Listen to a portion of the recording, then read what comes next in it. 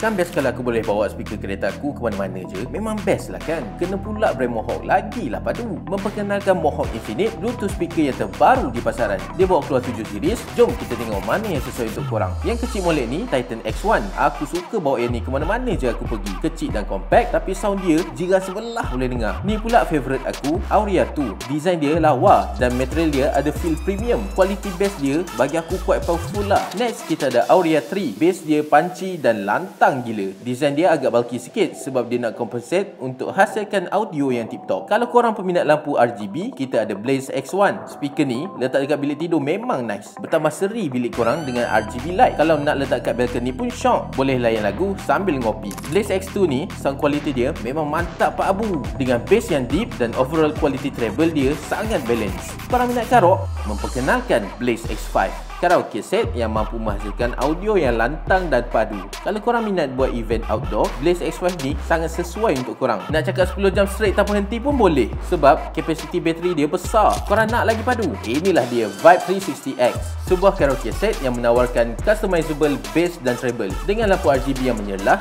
Bukan sekadar hiasan, ianya juga indikator kepada level bass dan treble korang. Ikut korang lah nak boost bass ke, nak treble yang sharp ke, korang boleh adjust dengan mudah. So, best kan? Jom dapatkan Bluetooth speaker Mohawk Infinite korang sekarang.